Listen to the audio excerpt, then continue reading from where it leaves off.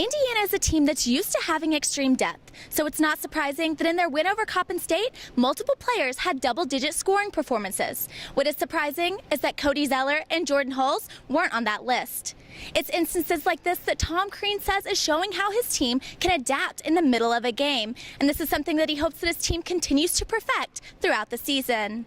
We've got to become that type of team. If we're just adjusting at halftime and making changes at halftime, that gets a little harder. When we can adjust on the fly from timeouts, maybe a possession, but especially at timeouts, that's where we've got to go.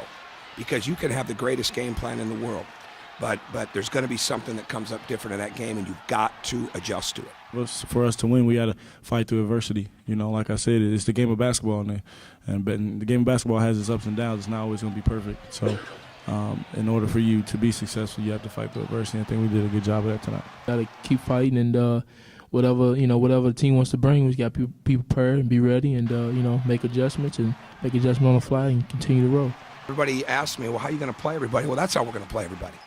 That's how that's a quality of play versus quantity of minutes game tonight.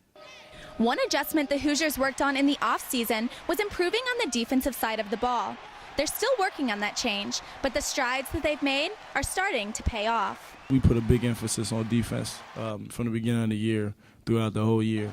And, defense wins games, so we can't really rely on our offense too much, because for us, we score in transition and we score in multiple ways, but essentially we score off our defense.